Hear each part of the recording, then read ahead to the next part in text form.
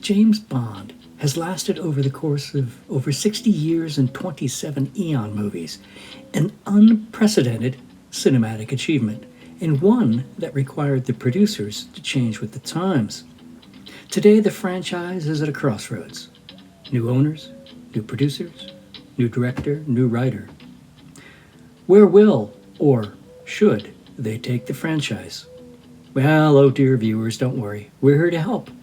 We'll take a look at the past and speculate on the future on PCZ TV. PCZ TV. It's been said that James Bond is one of the world's most recognizable characters, along with Mickey Mouse and Darth Vader. But the character of Bond has evolved over time like any great artist with a long career. Think Eric Clapton and how he and his music has changed and evolved over the decades. But how? How to measure the change in tone for movies? Well, it's so hard, you see, because there isn't any one hard and fast rule for quantitative measurement of a movie's tone. Multiple aspects go into determining tone, things such as the visual elements, the auditory elements, and the character developments. I mean, how many directors, writers, actors, etc. has the Bond franchise had? Is this an impossible task? Well, no. Because fortunately, Bond movies basically share the same pattern as the one first perfected in Goldfinger. Now, typically, the James Bond movie pattern is this: an opening scene with a title sequence, a mission briefing, some investigation, encountering the villain, a midpoint plot twist, climactic action, resolution, and as it relates to women, oh yes, usually one in the beginning and one at the end. So I would argue that the two most basic ways to judge each Bond era is first, by emulating the ancient Greeks and looking at the tone between tragedy and comedy. Gritty tone defined by realism, violence, emotional depth, versus a more light-hearted escapist tone. And second, the use of gadgets on the other axes, from none to a whole bunch. So today, I'm enlisting the aid of my trusty AI sidekick, Grok, to scour the interwebs and obtain general consensus on the gritty versus lighthearted tone of the movies, and ask him to provide a gritty rating on a scale of 1 to 10 based on all of those comments. Well, let's begin, shall we? Sean Connery. The tone starts with a grounded thriller-like feel in Dr. No and From Russia with Love, and then shifts to a more stylized, action-driven tone with Goldfinger, which sets the formulaic superhero spy vibe with gadgets, humor, and charisma. And after a one-movie hiatus, he's back in Diamonds Are Forever, which continued the lighter and more campier tone, perhaps foreshadowing the next Bond era? Grok gives him an average of 5, which is a great benchmark, really. Now, interrupting Sir Sean is George Lazenby's 1 outing. Interestingly, it's a return to a darker emotional tone. I mean, his wife died, for crying out loud. Grok says 7. Next is Roger Moore. Now, he starts a bit dark, but soon transitions into a campy, humorous tone and descends into quasi-parody with Moonraker, but maybe as a reaction to that, they darken the tone for his final movies. Grok says 4.1. The Timothy Dalton era. Wow, is this ever a change in direction? He not only returns to a darker, more serious tone of some of the previous movies, but he dials it up to 11. The numbers all go to 11. Many out there say that he actually aligns more closely with Fleming's literary Bond, emphasizing realism over camp. But I'm not sure the audiences were quite ready for this change. Grok says 7.5. Now, after a hiatus, Bond is back with Pierce, and he adopts a distinctly lighter tone. But he too will eventually slide into silliness by Die Another Day. I mean, what? With invisible cars and laser chases. But overall, Grok says it's a 5. Daniel Craig, oh my. This is another huge change. Goes back to 11. What we do is if we need that extra push over the cliff, you know what we do? Put it up to 11. 11, exactly. It begins with a very gritty and realistic tone in Casino Royale.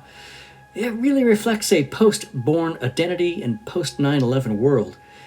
And he doesn't really back down from this approach, except maybe adding a brooding Bond. But as with Pierce, he doesn't end on a good note. And we'll talk about this movie later. Grok, what say you? Oh, an average of 8. Very dark, very gritty. And now for something completely different. Now let's turn to gadgets, just to check our tone metrics. Now typically, the more gadgets, the more lighthearted the tone. And no surprise, there is a very high negative correlation between gritty and gadget, confirming that gritty and gadgets don't really mix. I think this really helps support the movie tone metrics we've covered earlier. Well, we can now see the evolution and the changes the producers had made to this franchise. But how do we see if they were in tune with the existing societal zeitgeist of their respective times? Why, by box office, of course. It would appear that the latest iterations are the bestest ever. But wait!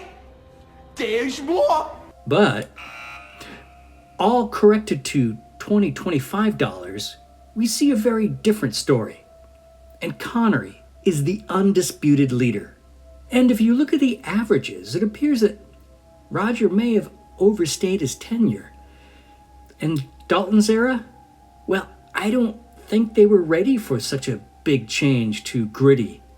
Now, Pierce was solid, and Craig was in sync with the times according to the averages.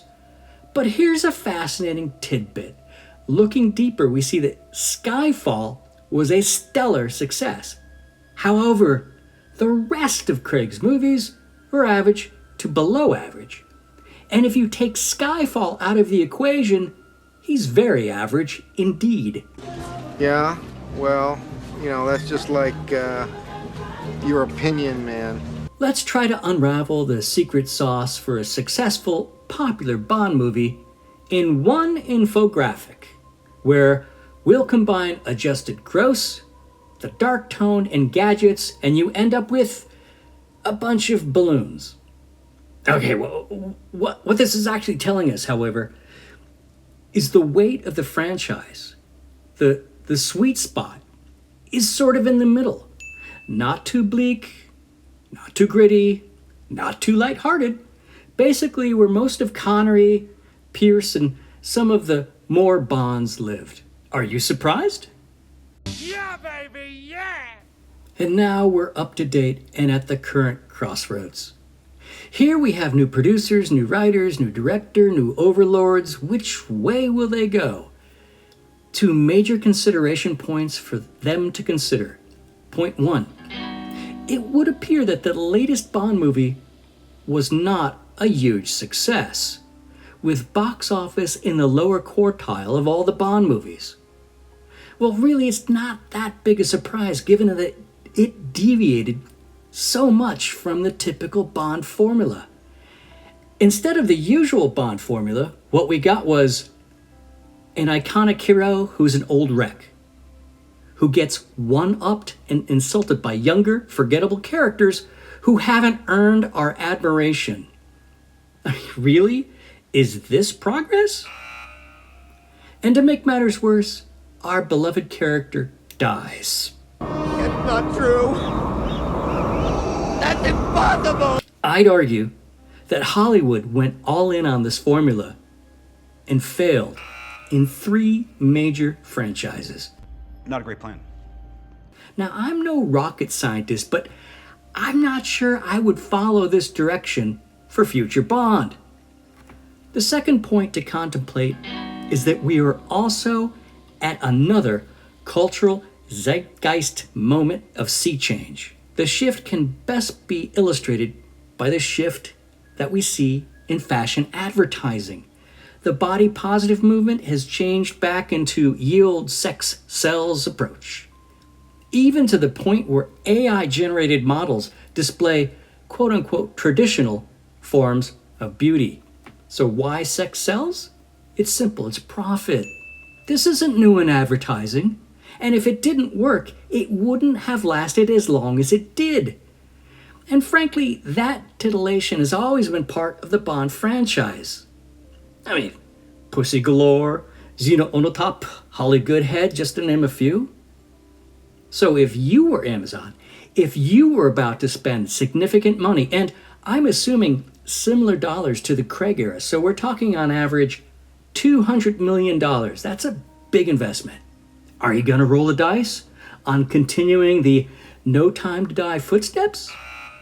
Or accept that the pendulum has shifted back to a more quote-unquote traditional Bond story? Really, the return to center is not a bad thing. It's made Bond the longest-running, most profitable film franchise in history. And it aligns with the Bond character that the audience expects. If the producers are smart enough to read the tea leaves, this is where they'll go. But where will they go?